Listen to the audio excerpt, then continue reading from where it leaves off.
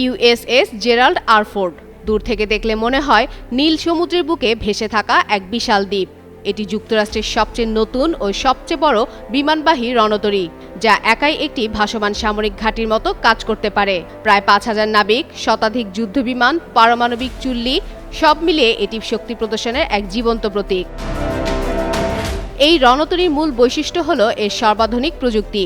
নতুন প্রজন্মের পারমাণবিক রিয়্যাক্টর, দ্রুতগতির বিমান ওঠানামার ব্যবস্থা, আধুনিক রাডার ও অস্ত্র ব্যবস্থা সবকিছুই আগের যে কোনো মার্কিন ক্যারিয়ারের চেয়ে উন্নত। মার্কিন নৌবাহিনীর ভাষায় এটি ভবিষ্যৎ যুদ্ধের জন্য তৈরি করা এক বিশাল দানব। ভবিষ্যৎ হোক নিরাপদ, বিনিয়োগ হোক বিশ্বস্ত, আর আমার পছন্দ সল্ট বে। ওয়েলকাম টু সল্ট বে। কৌশলগত কারণেই জেরাল্ড ফোর্ডকে ক্যারিবীয় সাগর ও মধ্যপ্রাচ্য ঘিরে মোতায়েন রাখা হয়েছে। বিশেষ করে ইরানকে ঘিরে উত্তেজনা বাড়ায় মার্কিন প্রেসিডেন্ট ডোনাল্ড ট্রাম্প এই রণতরীকে আগাম চাপ তৈরির হাতিয়ার হিসেবে ব্যবহার করছেন। কিন্তু এত আধুনিকতার মাঝেও দেখা দিয়েছে একেবারে অদ্ভুত এক বিপত্তি। সমুদ্রের বুকে কাঁপন ধরানো এই দানবীয় রণতরী যেন গলার কাটা হয়ে দাঁড়িয়েছে মার্কিন বাহিনীর কাছে, কারণ এর টয়লেট প্রায় অকেজো হয়ে গেছে।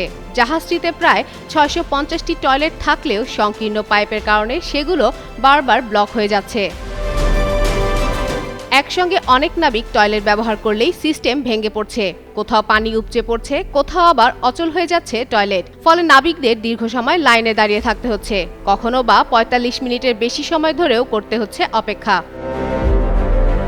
দীর্ঘদিন ধরে জাহাজে মোতায়েন, পরিবারের সঙ্গে কম যোগাযোগের মধ্যে আবার নতুন করে যোগ হয়েছে এই অস্বাস্থ্যকর পরিবেশ। এতে দিন দিন রণতরীতে বসবাসরত নাবিকদের মনোবল চাপের মুখে পড়ছে বলে খবর বেরিয়েছে নানা সংবাদ মাধ্যমগুলোতে। এই সমস্যার সমাধানে বিশেষ ধরনের অ্যাসিড ফ্ল্যাশ ব্যবহার করা হচ্ছে, যার প্রতিবার খরচে গুনতে হচ্ছে প্রায় $৪ লাখ। কিন্তু কতবার এই প্রক্রিয়া চালাতে হবে তা এখনও নিশ্চিত করে জানা যায়নি।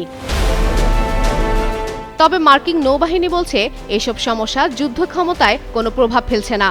তবে বিশ্লেষকদের মতে $বিলিয়ন রণতরীতে এমন ত্রুটি বড় প্রশ্ন তুলে দেয়।